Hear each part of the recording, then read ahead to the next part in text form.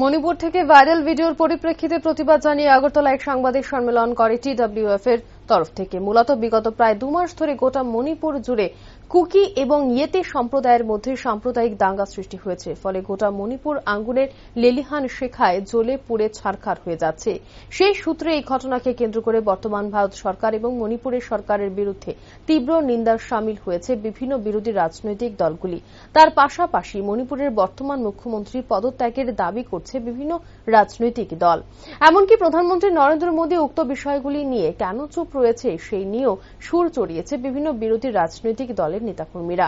কিন্তু এরই মধ্যে মণিপুরের কুকি সম্প্রদায়ের 2টি মেয়ের ধর্ষণের ভিডিও ভাইরালকে ঘিরে তোলপাড় রাজ্য রাজনীতি, যার দরুন এই নিয়ে স্বরাষ্ট্রমন্ত্রীর নিকট এক প্রকার প্রশ্ন ছুড়ে দেন টিডব্লিউএফ এর মহিলা নেত্রীরা, যেখানে প্রশ্ন তুলে কেন মণিপুরে এরকম ন্যাক্কারজনক ঘটনা ঘটেই চলেছে, তার থেকে বাদ যাচ্ছে না মহিলারাও। এই পরিস্থিতি নিয়ে দেশের স্বরাষ্ট্রমন্ত্রীর নিকট আদৌ কি কোনো উত্তর দিতে পারবে?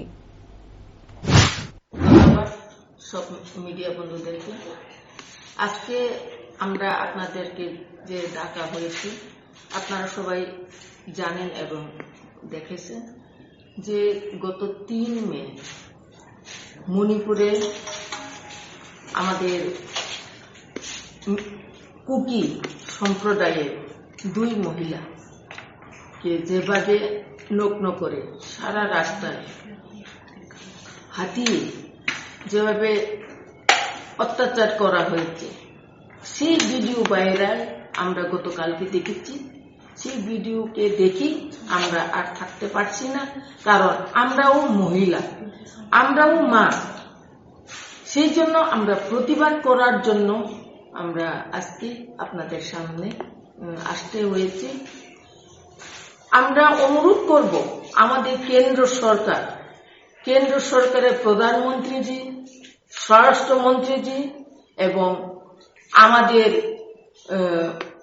প্রেসিডেন্ট অফ ইন্ডিয়া, যেহেতু আমাদের একজন মহিলা, ওনাদের কাছে আমরা অনুরোধ করব এবং আশা রাখব যে মণিপুরের যে ঘটনাকে যত তাড়াতাড়ি শান্তি বজায় করে আনতে, এবং ওইখানে 1.5 মাস ধরে যে হিংসার ঘটনা চলছে 2 জাতির গোষ্ঠীর মধ্যে, সেটা খুবই দুঃখজনক